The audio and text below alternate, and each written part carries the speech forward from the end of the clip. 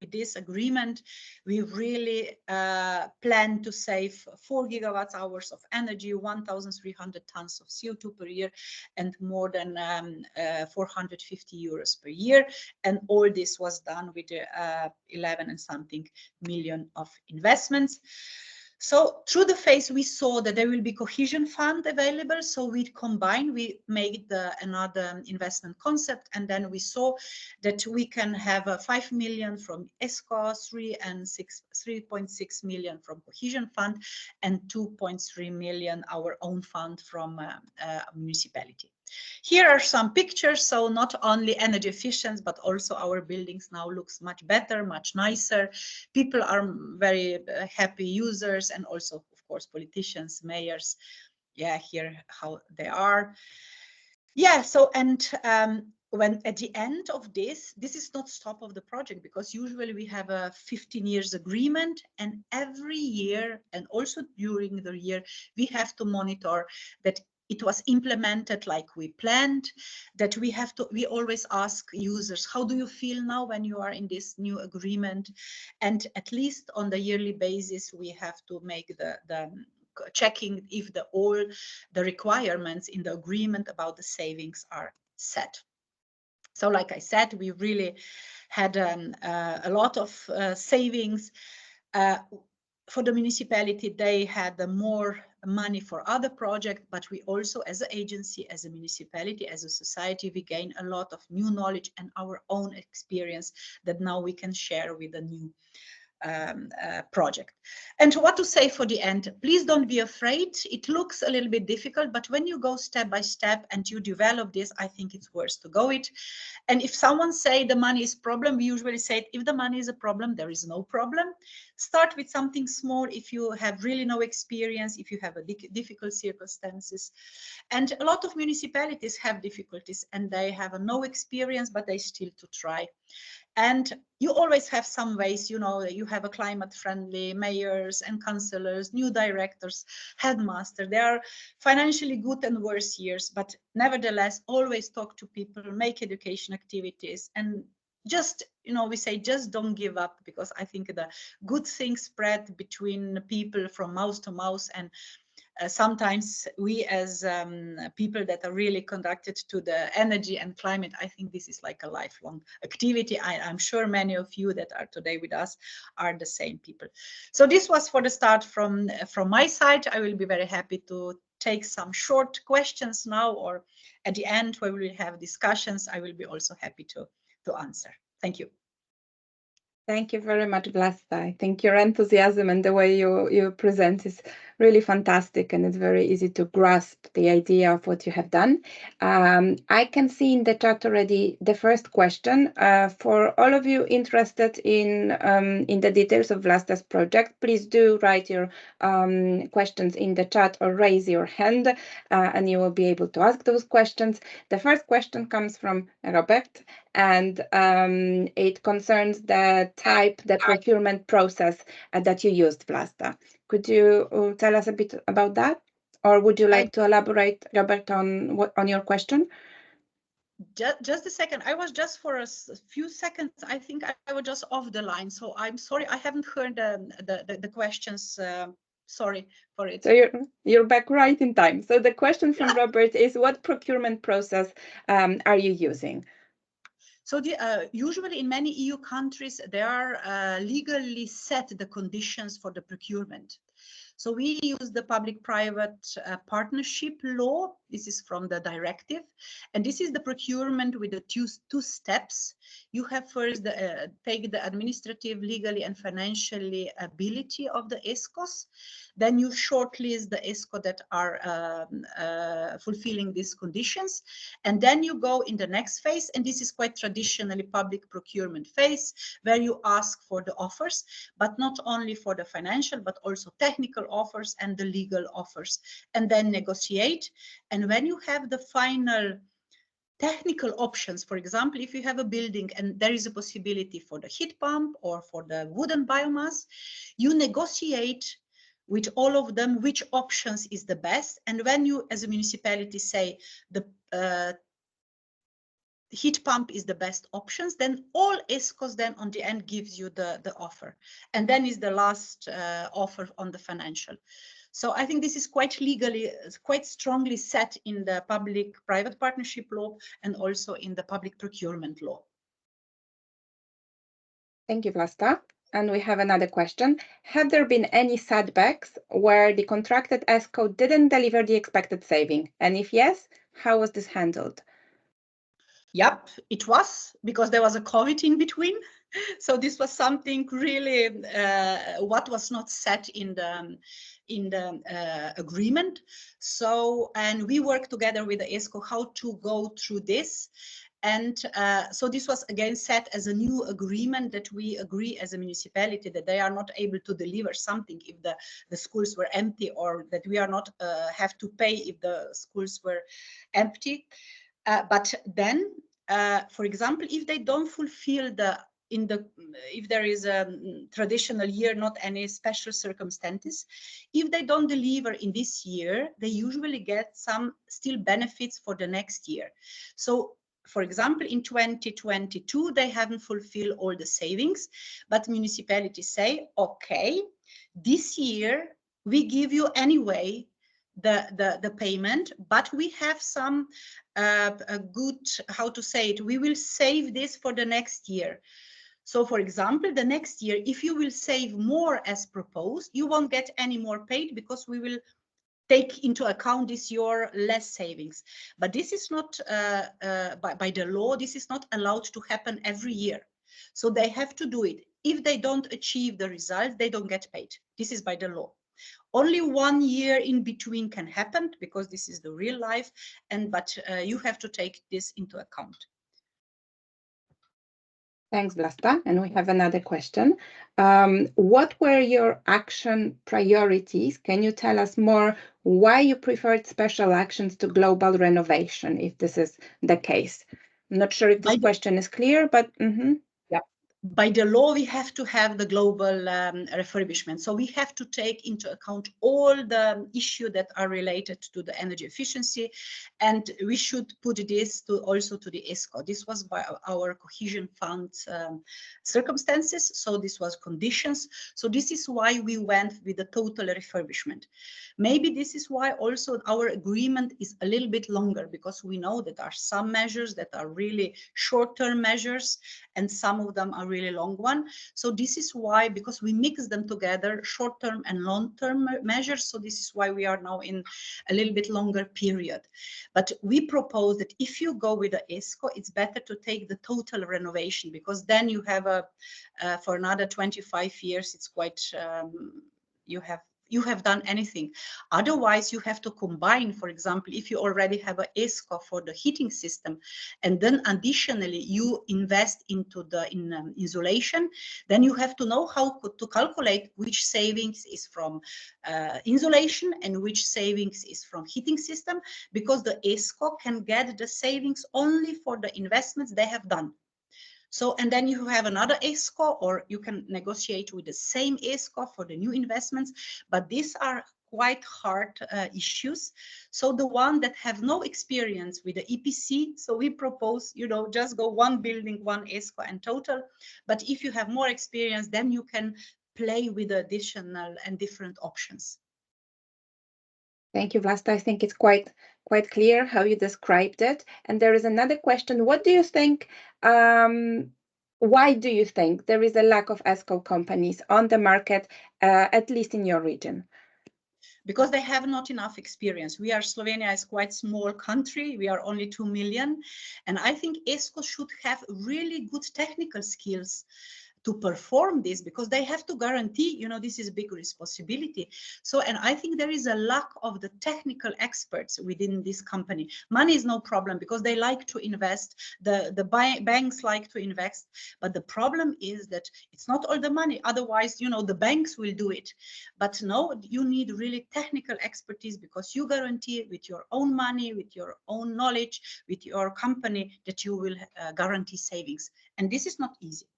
And as a follow-up to that, do you think that, can you tell us a little bit more about the approach from Slovenia on the national level in terms of promoting EPC? Do you think that's already really rolling out well, or there is room for improvement, maybe also to have more expertise on the ESCO side and maybe more security to the whole process for both sides? The really kickoff of our EPC in Slovenia was that Ministry from Infrastructure, that is responsible for energy, together with the Ministry for Finances, prepared the guidelines for the EPC for municipalities. So this was crucial because, you know, municipalities, they have a lot of fears where to put in the bookkeeping system, the ESCO, income, outcomes. And when the Ministry for Finances said, you know, under the budget line 9934, you have to put this, under the budget line, you do this, the municipalities, the public sector was sure, okay, this is the guideline for the municipality. Yes, we can proceed. Because I think a lot of energy experts already pushed, but you know, and I can tell you, because I'm also a mayor from the municipality, that it's really difficult to take responsibility, that you do something in your public budget that is not confirmed or set clear rules by the Ministry for Finances. And I always promote this across the Europe now that, yeah, we should push a little bit Ministry for Finances to give us the frames, because it's much easier and much faster to develop such programs and mechanisms. And this is a very important point that you've made, which reminds me something that I would like to tell everyone.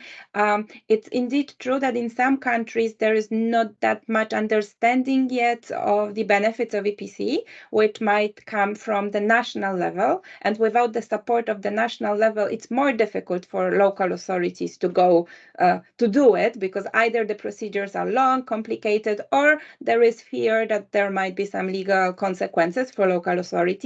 This is why we are also running consultations through Prospect Plus. We want to learn about your situation in the different countries and then collectively pass on this feedback to decision makers, the representatives of the European Commission. We would also bring attention on the national level if we can, and publish the results. So we will also later on share a link to those consultations. It's really important because then we have this collecting power of bringing more attention to this. Any more questions to Vlasta? Remembering that she might need to leave a little bit earlier, and that might be your best opportunity now. Yeah, but if you have my contact, and you can always write me. I will be very happy to help somehow. There is another question, Vlasta. What is your feedback on evaluation of the savings with the ESCO? Yeah, I will say the first 2 years of the project, it's still we are maintaining, we are optimizing the system. Also, the user have to get used to that someone else is in their buildings. And I think we did 2 years. There are quite some unhappiness on one side or on the other, but I think if we still make these efforts, that we would try to go to our goal from the both sides, then it's better. And then after 2 years, it comes everything, you know, most likely it's and it's going not from this maximum and minimum, but we go on the average. And now we are all quite aware that we can call each other, and they said this is wrong, this is not wrong. There is no one angry, because it's, you know, every month something is going wrong somewhere, but it's still, you know, on the basis of the good cooperation. They tell us, they repair, they wait. And I think it's, you know, it's this first fear that something will really go wrong, and there's someone just waiting somewhere for something to get wrong. It's over, but it takes some time, and you have to be patient for it. And I guess it's also the approach, something a little bit different to what local authorities have been used to, especially in Eastern Europe, that the private company, ESCO company, is a partner, and you are looking at benefits for both sides and really trying to maximize the benefits for both sides. And the openness also is important. And I think this also comes connect with Jean-Francois' question. It seems that the EPC system is very advantageous for the customer, the public authorities, but less so for the ESCO, which bears most of the risk. Based on your feedback, do you find that ESCOs are satisfied with this deal and are prepared to do it again? Yes, of course. Yeah. If they go EPC, they know what is their role and their responsibility. They calculate their own internal benefits, internal financial benefits and everything. So usually when they sign the agreement, they are happy with it. Yep. And they like to do it more and more. Some of ESCOs, they like to do smaller projects. Some of ESCO that are really big one, they like a Philips, like Petrol here in Slovenia or Siemens. So they are really doing big, big projects, but not because of the money, but because they have a technical expertise. So this is why. And there are also different types of the cooperation, the contractual obligations and also benefits that you can agree on with ESCOs. So there may be an opportunity to agree that you're going to share the additional benefits in case it's even better than you requested as a local authority, then you share the additional profit. And in that sense, it's really in the ESCO's interest to run a project smoothly, to invest in the best possible equipment, because then they can make even more money. But of course, also, they calculate the risk into the fee that you are paying. So if they do think for whatever reason that the project is risky, for example, they don't think that you are, as a public authority, experienced enough, sharing openly with them enough, that would increase the risk in their view, and then you will have to pay more. So it's always, of course, connected. Yes. And just final comment, I don't have any questions, says Lika. But I want to welcome you, and especially Vlasta. I participated in Prospect. That's a great feedback. Thank you, and Lika. It was the best experience. Thank you very much, Lika. Yeah, it was also for us to have you in Maribor. And one more question, Sandrine. Vlasta, sorry, from Sandrine. Did you succeed in dealing with some local and smaller enterprises for the investment phases of the maintenance one? No, there were no small local companies. You know, the small local companies, they wanted to be as a supplier. But, you know, when they see that there is really no money and they have to invest all this, not only the money, but the knowledge, usually smaller companies, they don't have enough capacity to perform it. Yeah, it was at the start a little bit of this not very happiness with them. But I think they also understand that the municipality need a lot of projects, a lot of money. And if you find some mechanisms that can bring the money from somewhere else, yes, for some part of the project, especially in the energy and the climate, if we find something, let's put these new mechanisms there. And still there is a lot of project where you have to use public budget. So, you know, they understand. They understand. Yeah. So maybe last final questions from me, a double question. Was it also an interesting learning experience for you in terms of, for example, as a municipality, noticing that some building energy managers maybe didn't have as much skills and expertise as an external company? And for example, it wasn't in their interest to make sure that the windows are closed when they don't have to be open, that the energy performance of the buildings is really optimized. And then when the ESCO had to really do it properly because they wanted to profit as much as possible, it turned out that some things on the building level could have been done better. And the second part of the question, also referring to your takeaways, was it difficult to verify the reports that the ESCOs would submit, which were the basis for your payment? Did you have to have some additional support? Did you have any problems with that, or was it a smooth process? Yeah.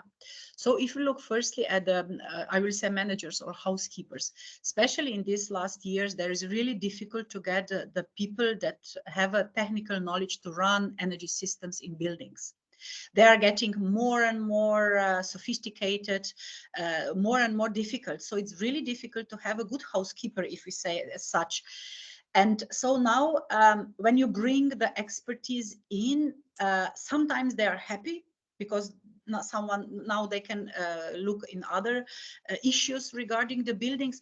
But yes, sometimes they are a little bit afraid that they will lose a job. So this was quite clear also in our case. So, and if they have fear to lose a job, they will say this is not a good system. We know this is from psychological, and you have to take this into account.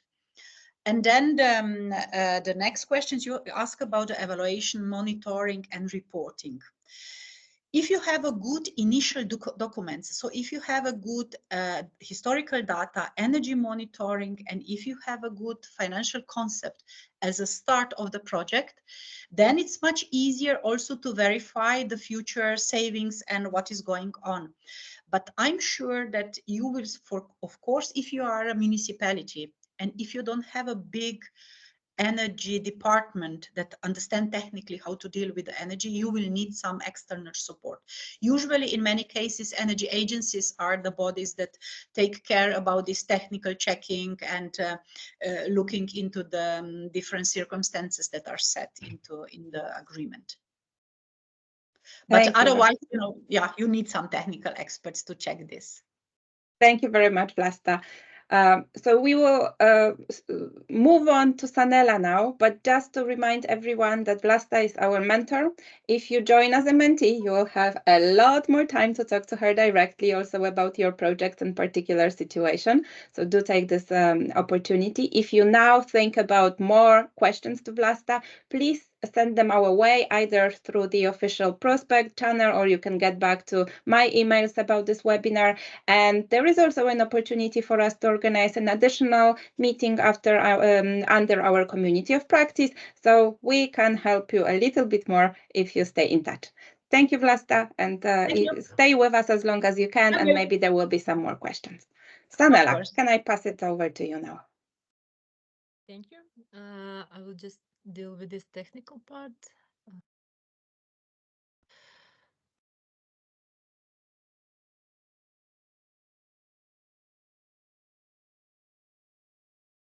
Does it work?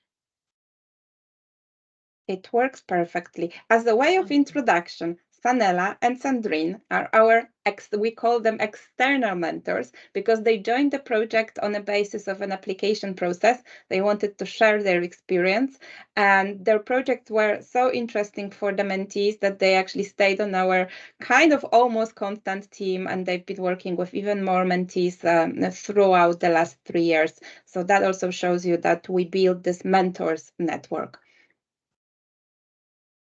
Thank you.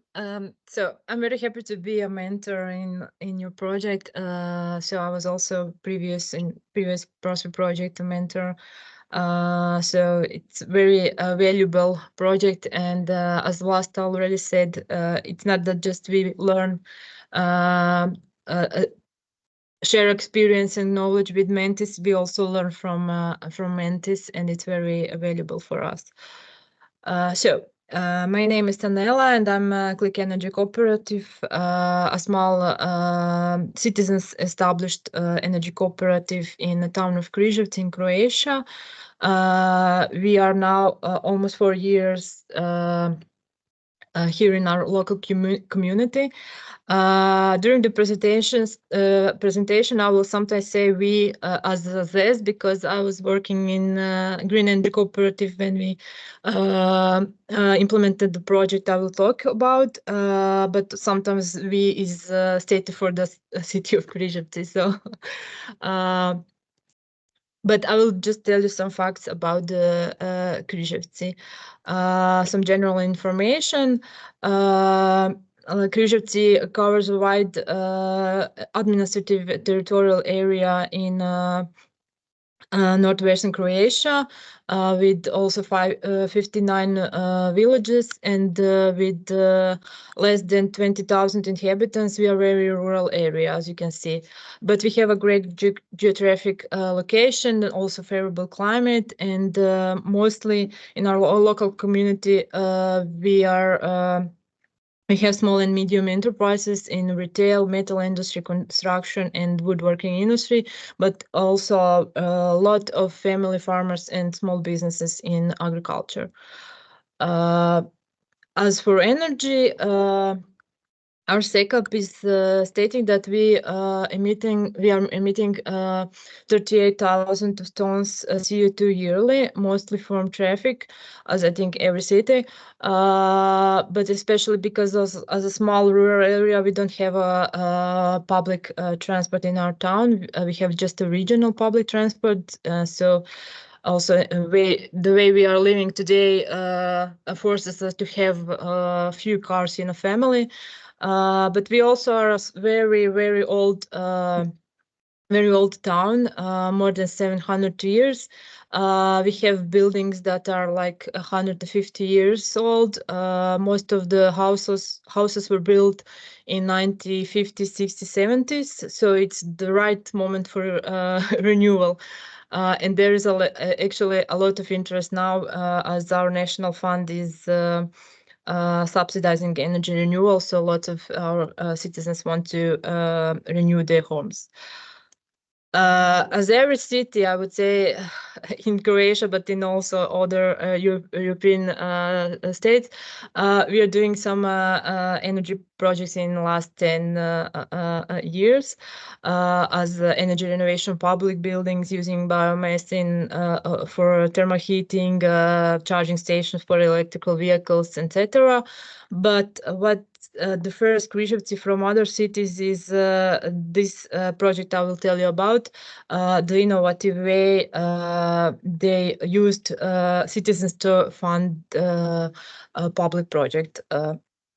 So Križevci Sunny Roof is a project of implementing 2 solar power plants on public buildings that are used by public institutions and financed by the citizens. The project was implemented 6 years ago, and we have 2 public buildings, 2 public institutions, as already said, municipality as enabler, because they are owner of the buildings and institutions in it. We have ZES, Green Energy Cooperative, that developed project and was leading the project. And we have 2 solar power plants, each 30 kilowatts, and crowdfunding campaign to get the microloans. But it was also very important to involve lots of stakeholders. So we have Greenpeace, Križevci Entrepreneurial Center, Public Library, Regional Agency, Energy Agency North, Energy Cities, ESCOs, other public institutions in Križevci, citizens, but also media. So it was very important to have this support from the local, regional, national, but also European level, and that gave the security to citizens to invest in the project. So we had the website like similar to a crowdfunding platform, but it was actually a website to just ease the promotion and automate the process. I think that also it is very important to say that in this time we didn't have any regulation on crowdfunding. So today you cannot have like your own platform if it is not approved by the on the European level. So we didn't have any crowdfunding regulations on it. So we were in like no one knew what is actually possible. So we also talked with the financial agency, with the Minister of Finance, and they didn't know what to say, and they didn't want to be official. So in the end, what they said unofficially is, if it's not forbidden, you can do it. And so we have done some mix for the project. So how this is working? ZES as a cooperative project owner, so they develop the project, and they are owner of the solar power plants, and they used microloans from citizens to finance the power plants on the public buildings. They have then lease agreement with the users of the buildings. That means Public Library and Križevci Entrepreneurial Center, which are paying a rent for using the equipment. We said it's like not using the electricity because we cannot sell electricity, so it's using the equipment on the roof. And the rent is in the amount of predicted energy savings from the solar energy that will be produced on the solar power plants.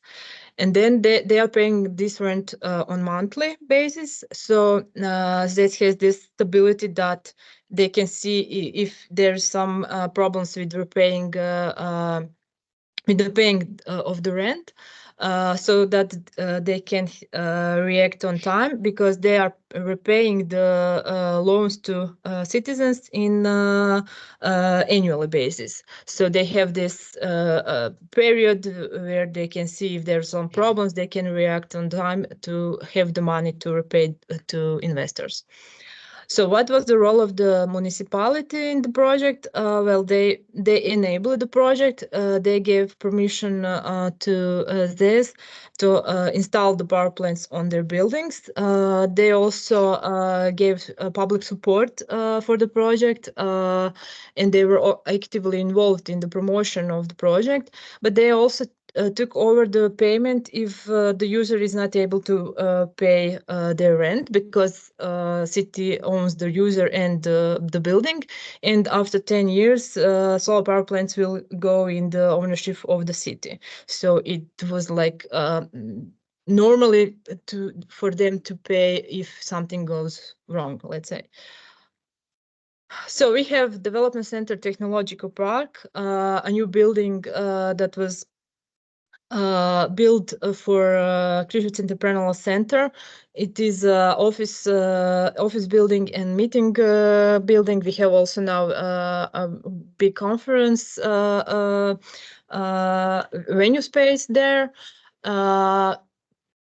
So for the investment of 30,000 euros, we needed 10 days for 52 investors to invest in the project to collect this money. So minimal investment was 135 euros and maximum 1,350 euros, because we also talked about how we should do this, and we decided to have minimum and maximum because we wanted as much as possible investors to have in the project, not just for one to come and say, I have all the money, I will pay it.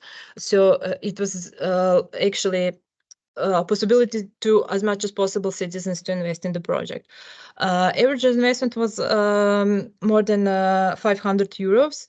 And that was all, I would say, surprising for us, because we were very skeptical how the citizens will react to the project and everything.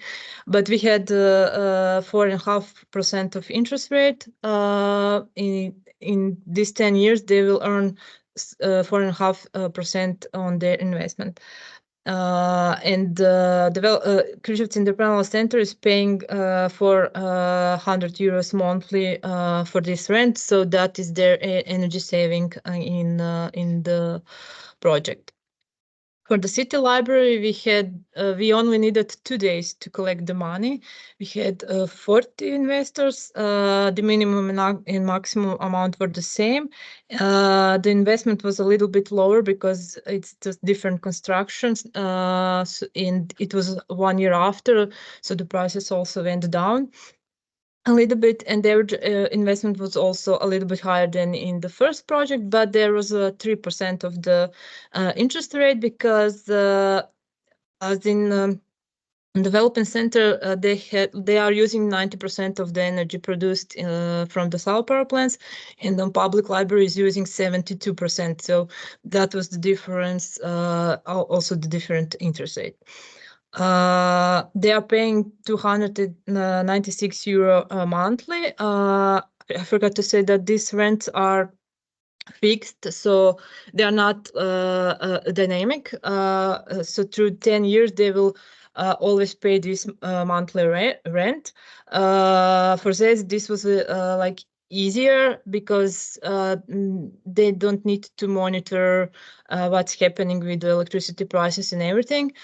For users, it's also, it was a great now with these distortions on the market, because they didn't feel it, because they had this fixed rate. But if it would be dynamic, for this would be better, because they could repay it sooner, the contract and the loans to citizens. So why was this a success? Because I think the key in this project was to this community engagement, because we connected everyone from the local, regional, national, European level. Everyone was giving the support, but also in local community, all association, organizations, stakeholders, public institutions, everyone was involved in it. Everyone promoted the project. It was like it was a good vibe around the project.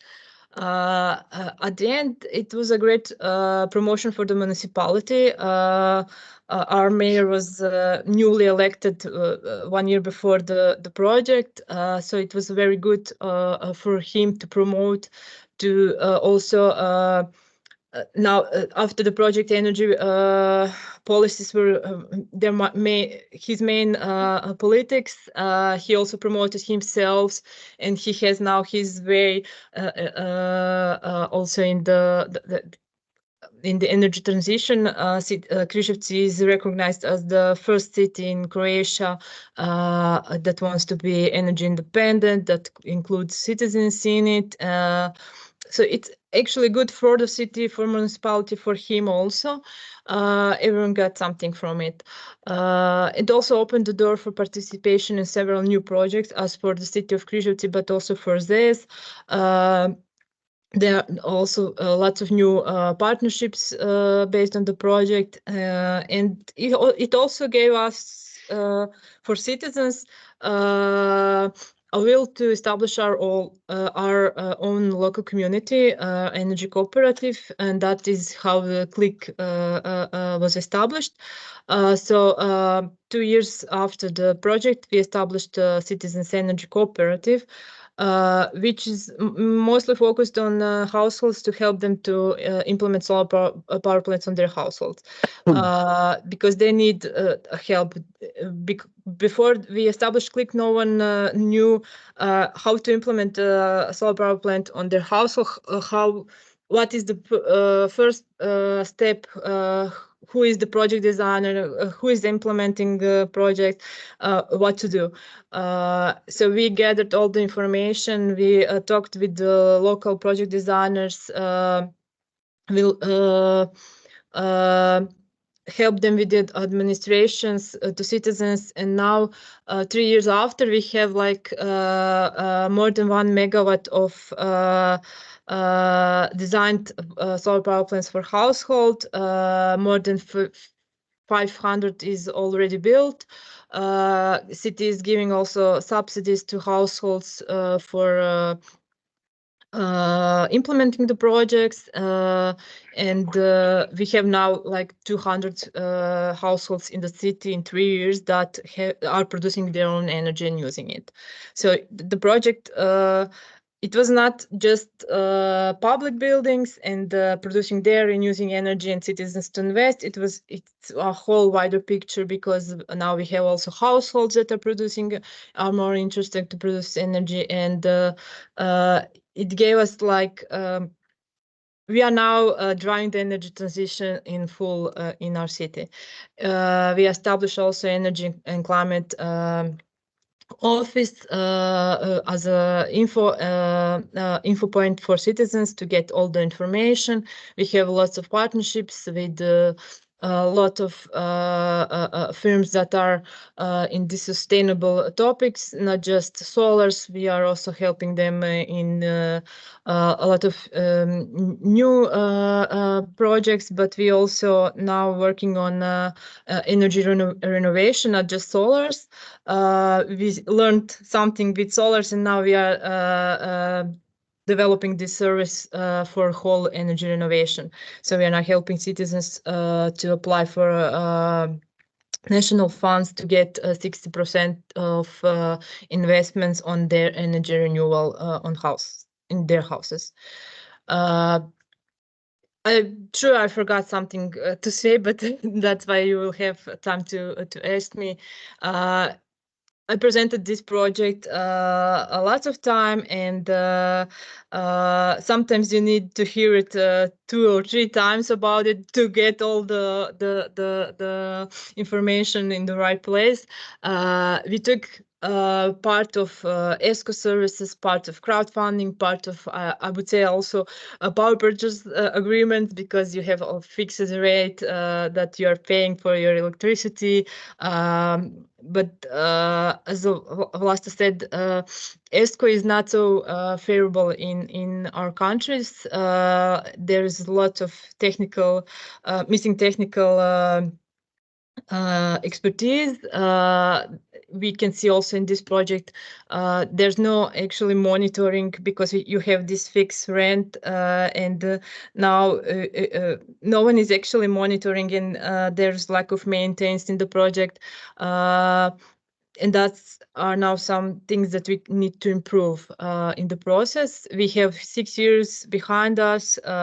Everyone is paying what they need to pay. So citizens are very happy because they are having their money back. They are earning some money, but maybe we are missing this component, how to use this money in a community, maybe for some energy poverty project or something. But this was a project that we just wanted to trigger the citizens to invest, to show them that they can invest in something, that this is not just for the big players. And the next step is now to create some social advantages of investing in such a projects, to use part of the earnings for social projects in a local community. After the 10 years, the city will get the power plants. They will have free energy for 20-25 years, and they can use this money for also for some purposes for the community. So maybe now you can see, like, okay, what's the social component in the project, because here just citizens are earning money, they are not giving it back to the community. But when you see that this also triggered the households to have solar power plants to produce their own energy, we have then almost €1 million investment in our local community, because now with these household solar power plants, local project designers are working on it, local companies are implementing, installing solar power plants on the household, so the money is staying in the local community and local economy. So I'm open for questions. Thank you very much, Sanela. It's always a great, and I emphasize it every time, it's a really great case study and example and confirmation that even though the national regulations, legislation was not adapted yet to really allow you to do a full-fledged standard crowdfunding project, you found a way.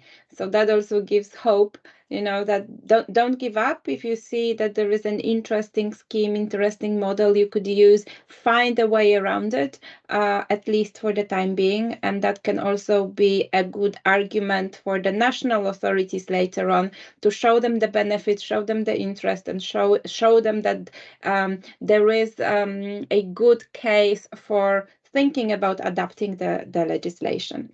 There is a question for you, Sanela, already. Is the project open to everyone or only to your inhabitants? And do you know who your investors are? Inhabitants, enterprises, professional investors? How do you select them if needed or wished to get the more inhabitants involved? So in this project, we were open to nationally, so everyone from Croatia could invest. From these 93 investors, we had 30 investors from local community. We had like there are no companies; it's just citizens. Without companies, but there was also some interest from companies. and it's a variety of people. It was some professionals, some enthusiasts, some people working in regional energy agencies that wanted to support the project, but also ordinary citizens that just wanted to test the model, to see how this is working. And now this is like after 6 years, now we can go further with new projects, because now you have like 6 years of repayment, and you see it is working. No one is it's not a fraud. You see it's working. So no one didn't take your money and close the cooperative and everything. So because also we have this problem, like cooperatives are not so favorable in our region because of past times and everything. So now when you talk about cooperatives, people are like, no, because they will take your money and they will just spend it on their own. You can like in cooperative, you have one vote, one share, one vote, but it wasn't like that before. So people are very not eager to be a part of the cooperative. Now, Green Energy Cooperative started a new project, and in this model, you need to be a member of the cooperative. And now it's a little bit, it's a problem to have people on board, because the project of Križevci Sunroof was great because you had just a contract with ZES. You are not a member of cooperative, so you have a contract. And for investors, I think the model is very secure. The most of the risk is on Green Energy Cooperative. Also, the municipality and the users of the building, they don't have so much of the risk. But for investors, you have a 10-year contract, and if something is going wrong, you are protected with the contract, and they need to pay you in some way. But as a member cooperative, if you invest in a project, you can lose everything. No one is guaranteeing anything. The majority is deciding what's going on with the profit, so you don't have any control of anything, actually. So. Thanks, Sanela. And I guess it also, what you said also shows that these kind of initiatives build more trust from the local community towards local authorities, especially in countries where traditionally the trust was not really there. They see that you try to do that really also benefit them, not only benefit from them. And that changes the relationship between inhabitants and local authorities. And can I ask you if you've seen any news, any light in the tunnel in terms of the national legislation? Has there been interest in your project, something that hopefully also means this would be transferred onto the national level and make it easier to implement similar projects without needing to go around the rules a little bit? Well, not so. We have like two worlds in our country. One is on the local and regional level, and the national level is some other world it's not connected with us on the terrain. We also have now lots of difficulties with energy communities legislation, because I think that Croatia is maybe the only country in EU that stated that cooperatives cannot be energy communities, because we are profit-based companies. Although by cooperative legislation, a cooperative can be non-for-profit, but they don't want you to be non-for-profit. So we have constantly some barriers, and we constantly need to find some ways to go around the legislation. But maybe that's why it's more interesting because if you would have everything like smoothly going on, then it would be bored. So I think that it takes a lot of energy, and you need way more time to start the project, because you need to check lots of things and make some find some holes how to do it, but in the end it works. So I think that's the most important. It works and it will work, and if we have maybe more of this kind of projects, maybe also national level would be more favorable. But now we have only this project. Now we started something similar, but there's a 400 and something cities in Croatia that didn't replicate the model. So I think that's the problem, why nationally it doesn't work. Yet. Yeah. Fingers crossed. Thank you, Sanela. It shows that even if the conditions on the national level are difficult for local authorities, there is hope and there is a possibility to find some ways to look for money elsewhere than subsidies, especially if the subsidies are not exactly optimal, or you would need to wait a long time for a call for proposals, etc. Thanks, Sanela. If you have more questions to Sanela, please feel free to keep adding them in the chat. And now the floor goes to Sandrine. Hello, I'm going to try to share my screen. Is my off? I'm not sure. Should yes, I do Sanela. some? Okay. Yeah, that's fine. And we can see your presentation, Sandrine, just not in the full screen mode. Yeah, I'm trying to do so. Either way, we can see it, so it's not a problem. You can. We can see it not in a full screen mode, but we can read it. Ah, yeah. So I have to change. Sorry, I'm looking for that.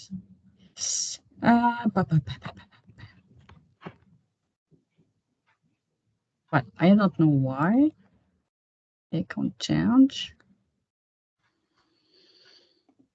It's always strange. Do you see something?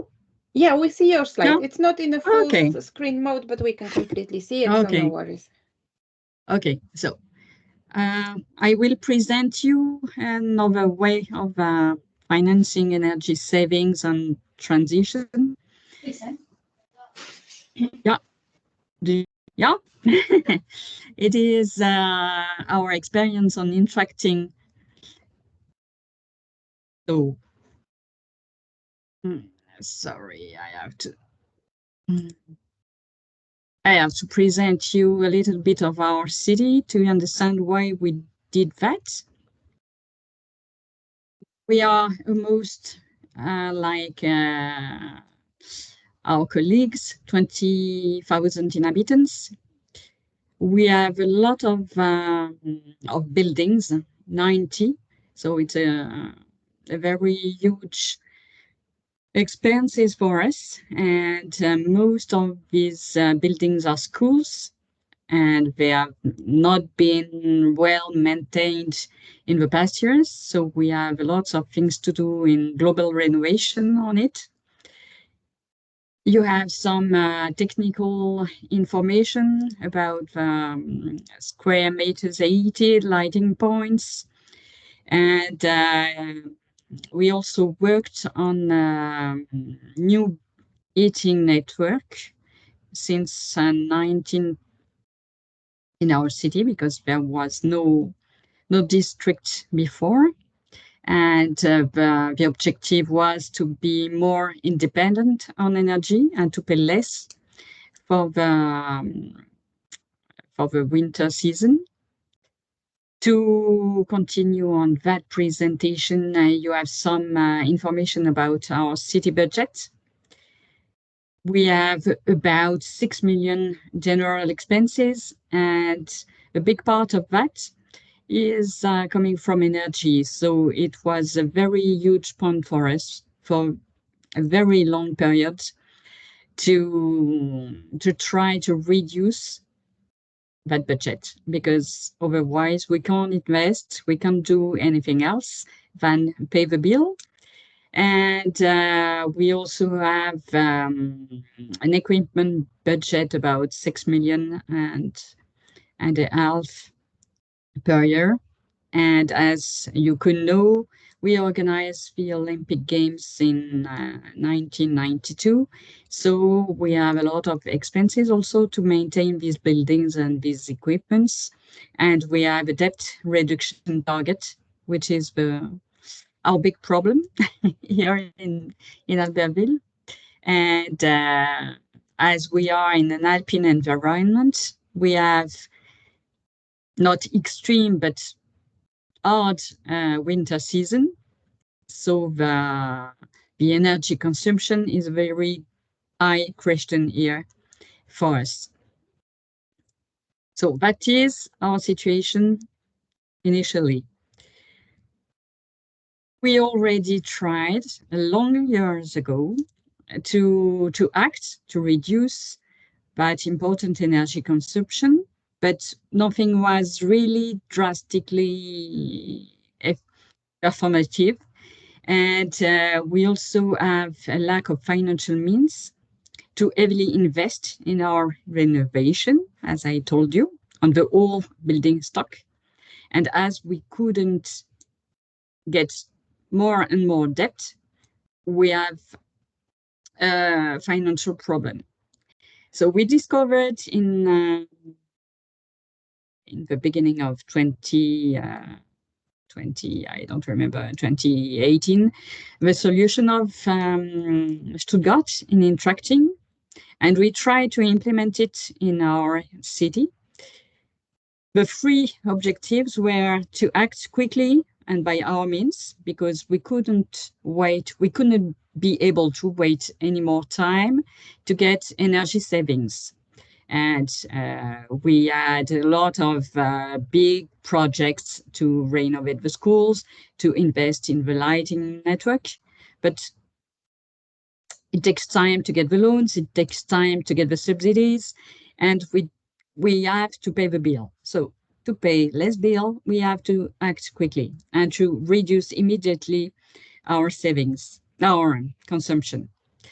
And we discovered with Stuttgart method that we could also create a virtuous cycle for our energy bills. So it is really simple, as you can see in the slide. You have a fund managed by the financial services, which allow 0% loans to the technical department. These departments are in charge to implement, to find good ideas and to implement them for energy savings. And the energy savings really effective are reinvested the next year into this policy. So you create a virtuous circle. To explain more what we did, we thought about how to create the funds initially, and we decided to get a link between our previous savings, because we did some in 2018, and we calculate the volumes saved in that period with the energy prices in 2019. I did a mistake. And we invested about 113 euros in that policy. And it is a big amount of money for us, because it is about 8% of our energy operating budget, as I told you. And we also, at the initiate of the project, decided to study and to choose the first saving measures with 3 criteria. The one was the ecological impact of the measures. We have to get efficiency on the savings, energy savings. we have to add a financial impact. The savings have to be the more immediate possible, and to reduce the expenses and to keep the capacity of investment. And we also wanted to select actions that could offer a multiplier effect. It is to say, to free resources for further investments and not give all the money to just one big project. And to also implicate the more people possible into this strategy. This is one example of what we did. One of the most popular actions were the lighting network, because it was already planned but not budgeted. It is really easy, and you know perfectly that when you invest in your lighting network, you have a return on investment really quickly and with a big amount of money. So we covered all the need of a financial project from this action, and it permits to accelerate the action plan on that type of measure. And I could also show you buildings investments, car investments, because we changed a part of our fleet to get less pollution and less consumption. We also invested in water and so on. But always in the same thinking, you have to prove that the measure coming from the technical department has an ecological impact, financial impact, and multiplier effect. My mouse is losing. So to show you how it works at the end, which are our first results, you can see that we made between 19 and 23 about 774 million euros of investment. You have also to know that as we were in the COVID period, we put in the strategy 1,002,000 euros, but we couldn't be able to invest all this money because we were stopped with the COVID season. So we now are going to invest all the money back. And this only 7,000 euros of investments already produced 2,050,000 euros of return on investment. So it is really powerful, because in this strategy, you choose the best actions you can to invest the faster you can, and to get the faster you can the result of your investments. So as you can see, in 2019, we had an energy consumption of our budget about 1,300,000. And in 23, we almost have the same, even if we knew a big crisis on energy these last years. So with this strategy, and almost only with this strategy, we were able to really slow down the expenses on energy. We also worked on the purchase of energy, but the most powerful action was this one. And as you can see, in 2024, we will have about 1 million euros to invest in that strategy, so a big amount of money. We already have contracted between the finance and the technical department for almost 400,000 euros. And we know that already we can count on 200,000 euros of savings. So a big amount of money for us in our energy budget. This is the presentation of where did we generate savings. So you can see that the most is in lighting and electricity, because we choose these actions at the beginning. But we also now are investing more in fuel, in gas, in heating, and we try to develop the water question because it becomes more and more crucial for anyone. So we invested in buildings, in lightings, I can told you, in renovation of our car fleet. We also convinced people to replace cars from bikes. We invested in our basins in the villages for reducing our water consumption. We invested in a basin to stock the water, in some managing equipments to drive on our lighting consumption, while large numbers of actions. And we decided to select the more energy sources possible, to implicate the more users possible, the more services possible, to think the people that anyone has something to do in that strategy. And every source of energy is important.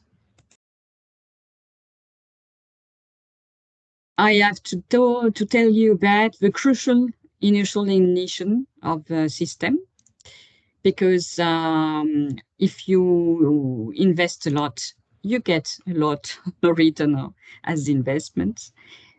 And you can see that we change our financial incomes during the period. At the beginning, we decided to invest only the energy savings, the previous ones. In 2020, we introduced the reimbursement of the first actions. And we introduced also a facultative amortizing of some works in our buildings. And in 2022, we decided to boost the strategy because the return on investment was really interesting. And we decided to put as an income the new electricity tax, which was introduced by the national level. But one part of this tax was for us, for the city. So we decided and convinced the political people that we had to prove that this new tax introduced for the energy transition has to be affected only to the energy transition of a city. Because it was important for the people to understand that when they pay the tax, it is affected to the good thing. And this introduction of the tax, as you can see, easily produce a very important acceleration on the incomes. So we had to think about what to do with all that money. And we can say that this tool has multi-dimension aspects. One part of it is policy and organization. So you introduce a virtuous circle for sobriety and energy transition in your budget. You strengthen also the partnership between technique and finance departments. So they work to reach the same goal, to reach the energy transition and help the municipality to get the objective put into action. And what was very important and very interesting as a return on experience from this strategy for us was to discover that the services were able to show more autonomy and creativity with that tool. They had a better recognition of their expertise because we were able to present, to propose actions, to get a very huge impact on energy savings. by their own creativity, and they obtain more legitimacy on their actions after that. And as it is very powerful on financial aspects and technical aspects, we are now convinced that we protected the fund longevity because it is powerful. So we don't have any more to justify what we do, what we propose.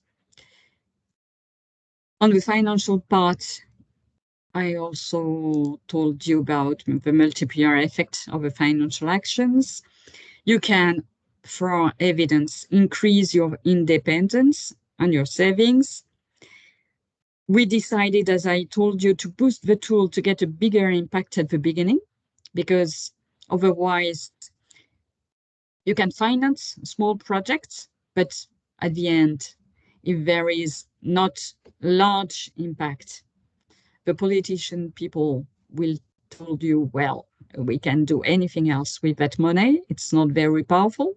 So you have to be very attentive to that part of a strategy to boost it at the beginning. On the energy efficiency and the environmental protection, there is no doubt it works. And for us, it is important to get clear and concerted rules to be efficient.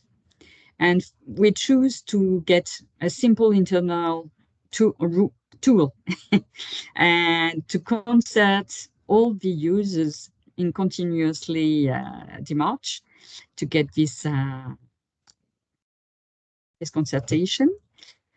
There is no external regulation. So for one part, it is a very woo effect on the organization. For one time, you can do what you want, as you want, with your internal regulation. So that's really nice to be able to do that. And we choose also a continuous improvement approach by getting more resources involved, more people involved.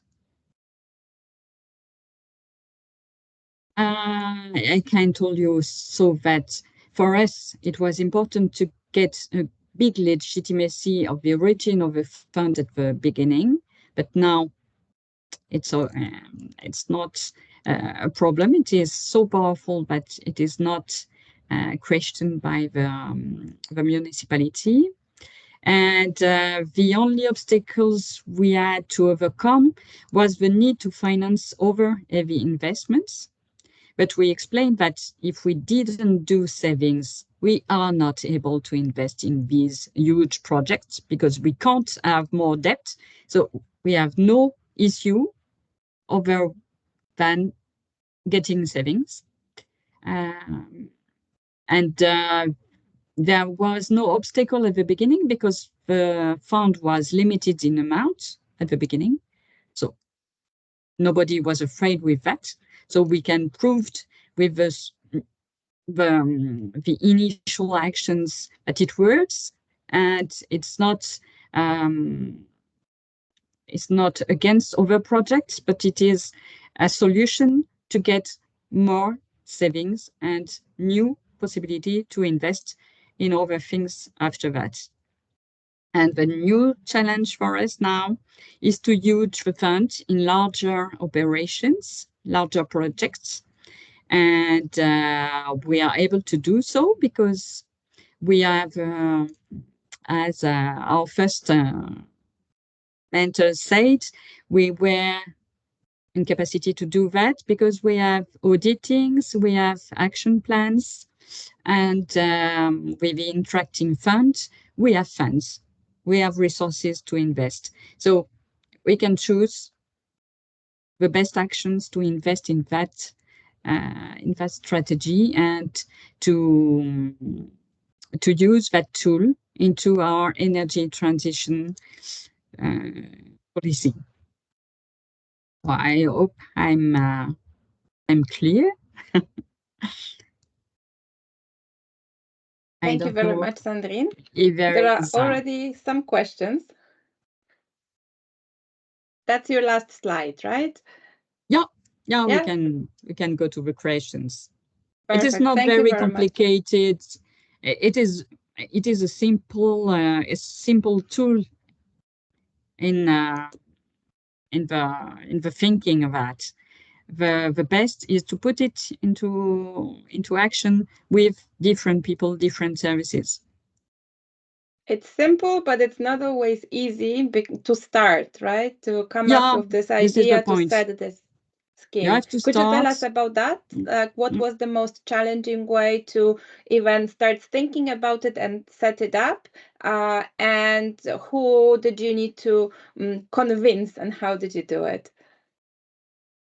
Well, it was not really a creation for us, because, as I told you, we were not in a position to be able to choose between doing savings or not doing savings. We had to find a solution to do savings. And if we had selected only big projects with a lot of debt, a lot of loans, a lot of subsidies, we couldn't have reached that goal of getting the quicker we could the savings for the budget. So we had no choice. So nobody had to be convinced that we had to act on that goal. After that, why intracting and why not another tool? The intracting was a good tool for the technical departments, because they understood very quickly that it was a very nice tool for them. They are guaranteed to be able to act. They can propose things because they are in position of who is knowing what to do, nobody else. And they were the big force to convince other people. And for the financial department I represent, it was a very big opportunity, because I was already convinced that I could get savings from the finance measures. So there was no very big work to convince and to introduce it into the city. The best work we had to do is to think about which actions to select at the beginning and which amount of money to put on the table at the beginning. And as I told you, at the initiation of the fund, it was easy to put an amount of money. It was not so easy to spend all this amount of money, because we were blocked with the COVID crisis. So we have now to prove that we are able to use all the amount of money in 2024. But it is the case, because we already how to use all the money, and we only are in March, so it's no more a problem. But it was one of our threats to protect it. Times.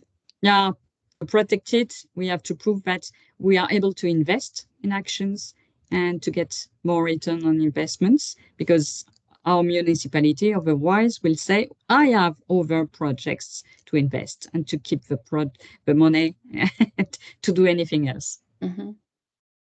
And can we also ask you to double check if you have calculated the total amount of investment you would need to comply with your strategy, and how much of this total investment you would be able to cover with investing the achieved savings through the intracting pot? I'm not sure to understand your question. I try to answer. I understand, Julia, maybe you want to elaborate, but I understand that you have a huge transformation also to do in your city, and how much of this transformation can be financed through this scheme.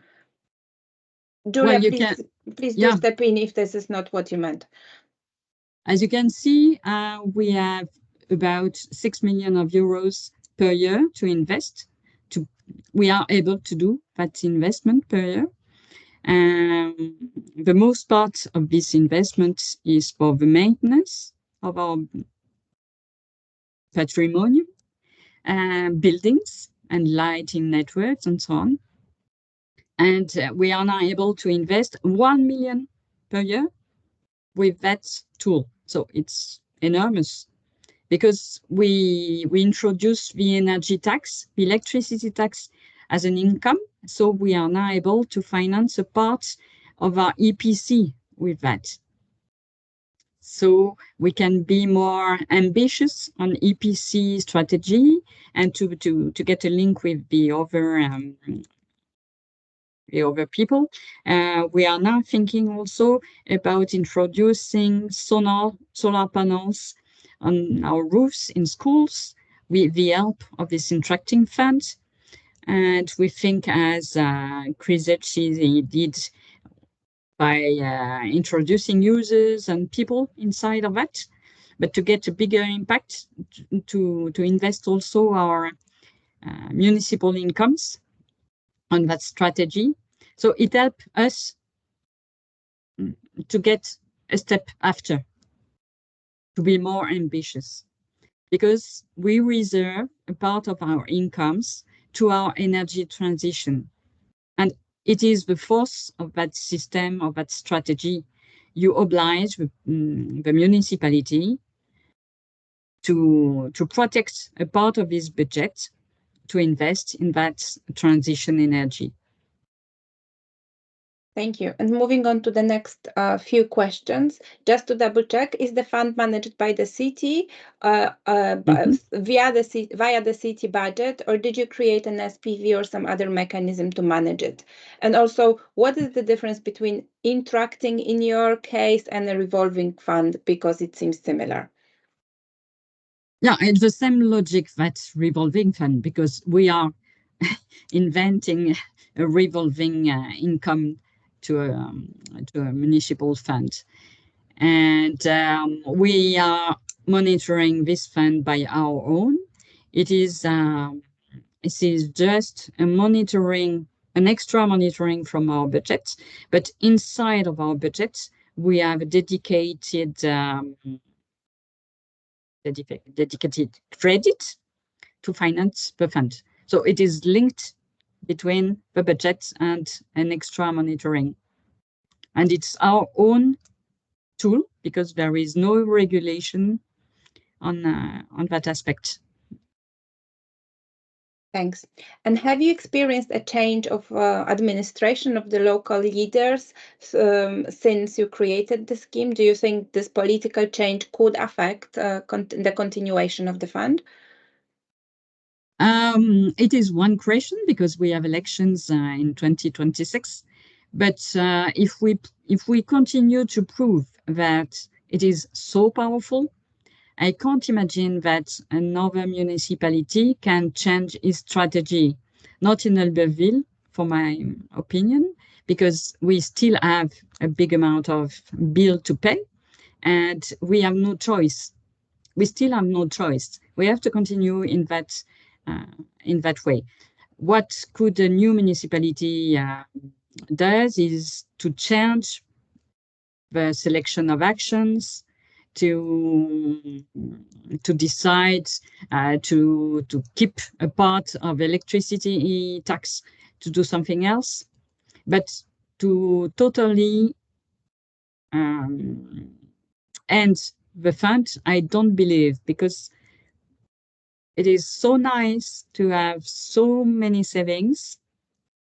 I don't know how I could have done this year budget without that tool. Which is a pretty strong recommendation.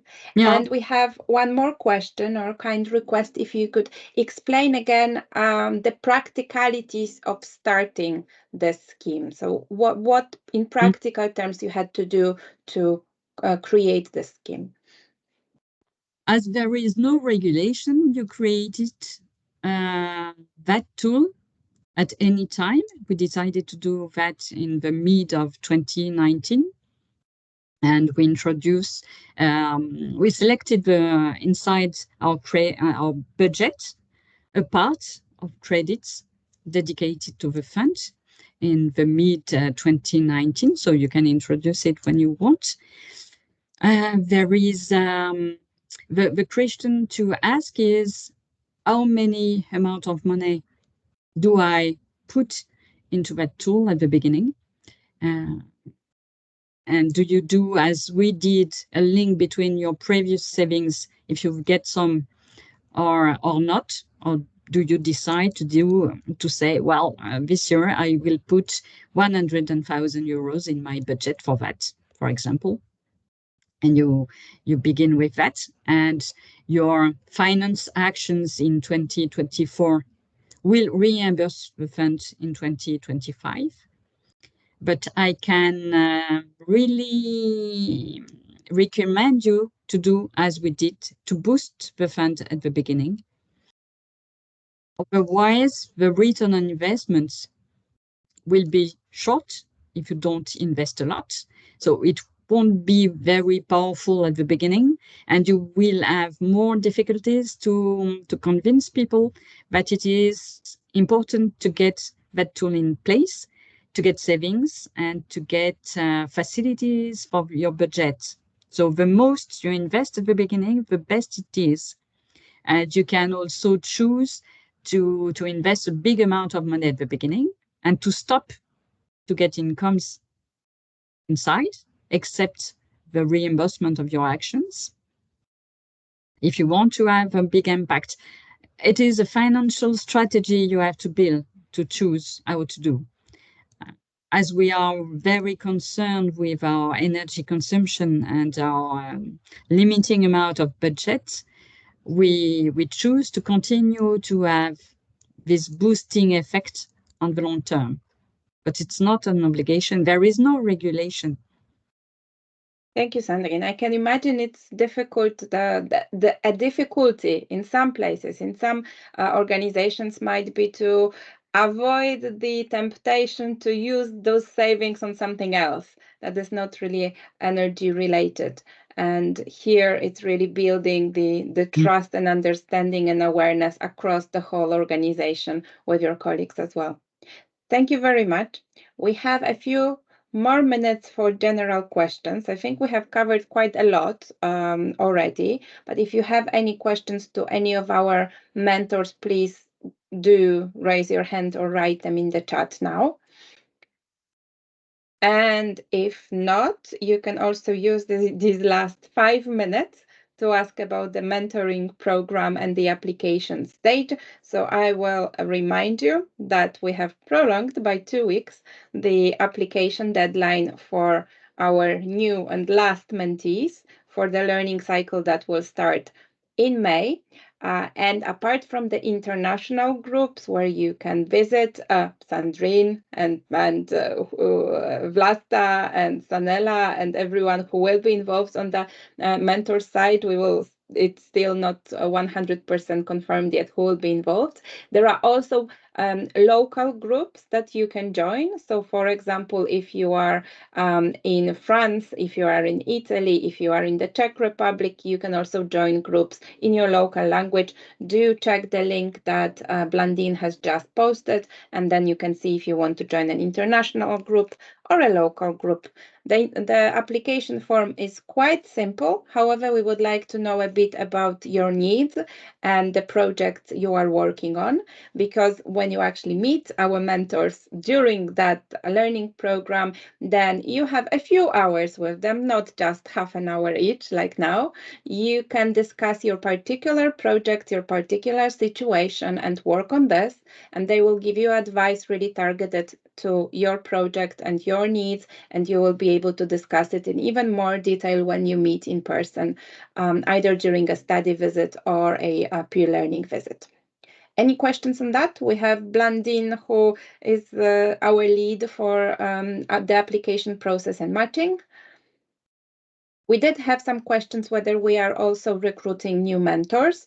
We did this before, because now we are in the final year. We need to first see how many mentors we already have and what the demand will be. So depending on the number of applications for mentees, we might also invite additional applications from new mentors. So do keep in touch and check our LinkedIn page and our website for news on that. If there will be an opportunity, we would be also happy to work with more of you as mentors as well. If you would like to have a kind of mentor's role, but not joining the full learning program, then you can also join the community of practice and share your experience through an online meeting. Similarly to today, you can share your experience and compare also what happens in your country, what's possible in your country in terms of adapting the approach to these innovative financing schemes. So any final comments, any final questions? Anyone would like to share their experience with a different, maybe a slightly different approach to what we have discussed today? I see there's nothing more. So, well, I can say thank all of you for your participation and for your time, and especially Sandrine, Sanela, and Vlasta for your time preparing to this meeting and being so honest and sharing your experience so honestly and being willing to continue working with us. And we see Julia, who is our coordinator from IECP, who leads the project. So you can also see the faces of our team, Diana, our communication guru, who always gets in touch with you on LinkedIn and through our website, through the various materials we prepare. And please do remember that this was kind of a step one of a four-step approach to our capacity building program. So you can learn a lot more. And also you can use tools we have prepared. They are available on our website. They are free of charge. You can just use them to plan your project. You can also use handbooks and other materials we have prepared for you. So there is a lot of stuff that you can use, and we will organize one more such webinar later in the year, and we will also organize another policy dialogue webinar where we will bring together people representing decision makers, the Commission, so that your voice is heard and we can pass on the feedback from what you on the local level really need. Thanks a lot. Have a nice afternoon and a very healthy and delicious lunch. Thank you. Thanks. Bye-bye. Bye-bye.